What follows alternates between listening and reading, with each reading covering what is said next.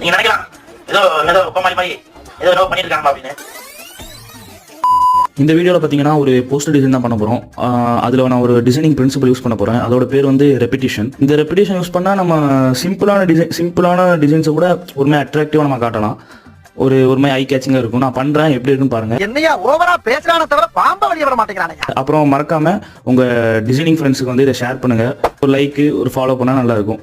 Okay, இப்போ start பண்ணலாம்.